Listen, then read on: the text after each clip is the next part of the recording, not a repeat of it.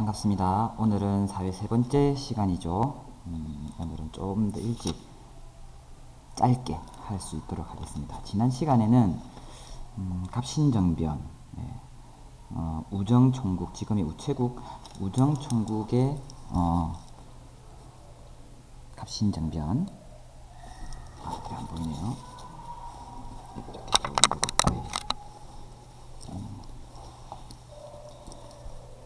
갑신정변이 실패했다 그랬죠. 1884년에 우정총국 개국 축하연 서재필, 김옥균, 이런 인사들이, 박용효, 이런 사람들이 갑신정변을 일으켰지만 3일 만에 정변은 실패하고 맙니다. 그리고 동학농민군이 1차 분기, 2차 분기를 일으켰지만 역시 동학농민군도 실패하고 맙니다. 초점이 잘 안 난다. 그죠? 잠시만요. 그 뒤에 조선은 백성들은 점점 살기가 힘들어지고 외세 간섭은 높아지는 상황에서 조선도 나름대로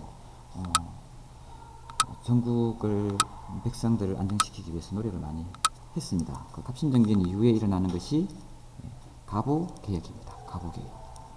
이 연도가 이런 갑신년, 가보년 이런 것들은 연도를 나타내는 거죠. 가부개혁은 10년 뒤에 1894년에 일어나는데 김홍집이라고 하는 사람이 주도를 해서 가부개혁을 하게 됩니다. 가부개혁 때 드디어 수천 년 동안 이어오던 신분제도가 폐지되고,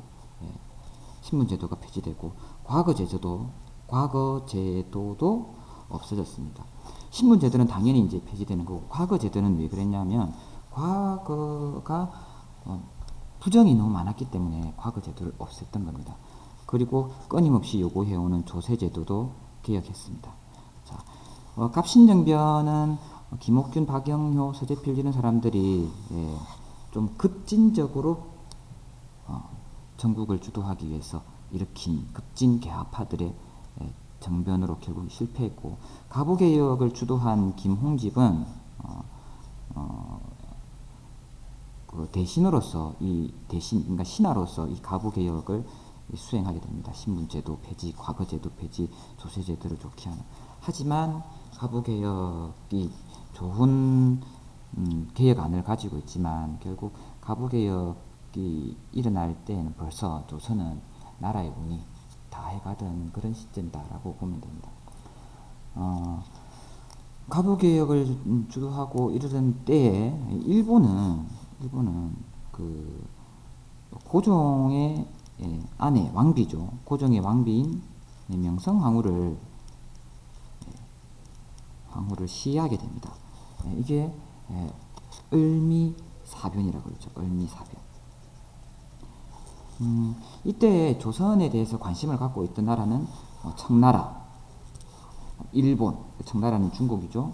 러시아 이런 나라들입니다. 물론 미국, 영국 이런 나라들도 있습니다.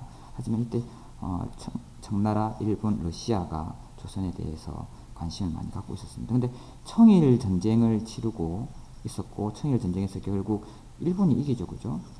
그러던 와중에 이 고종은 일본하고도 조금 친하게 지내려고 했다가 또 청나라의 힘을 또 빌리기도 했다가 또 러시아에도 또 이렇게 관계를 맺고자 하고 여러 방향으로 다른 나라와 접촉을 하고 있었습니다. 물론 고종이 조선을 걱정해서 청나라, 일본, 러시아 이 여러 나라들을 만난 건 아니겠죠. 물론 그런 이유도 있겠지만 고종은 40년 넘게 임금의 자리에 있으면서 나라가 이렇게 혼란스러울 때 지도자로서 좋은 면모를 보여주지는 못합니다.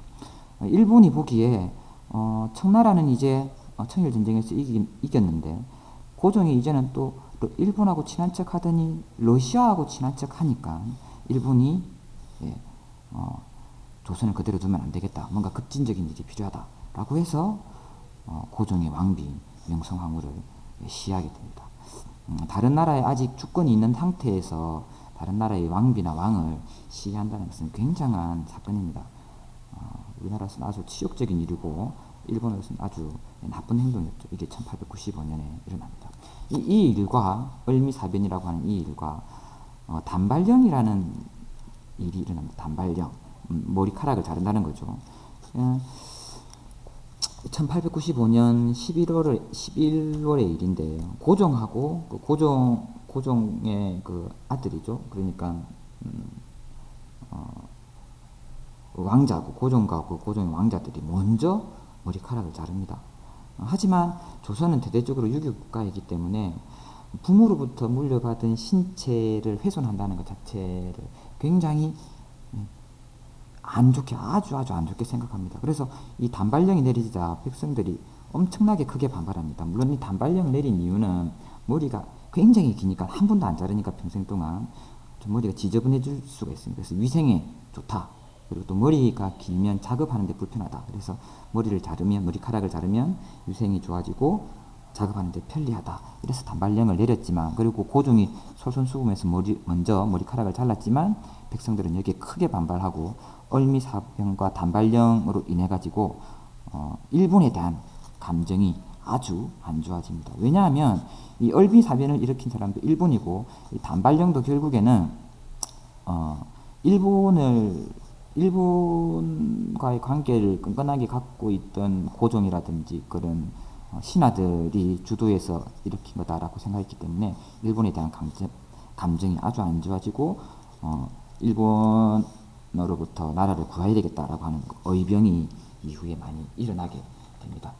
근데 이 고종은 이 명성황후가 시해되는 이 사건 그 이유를 계기로 자기도 우리 궁궐에서 자기 아내가 살해되는 그런 만행을 보니까 굉장히 겁이 났겠죠.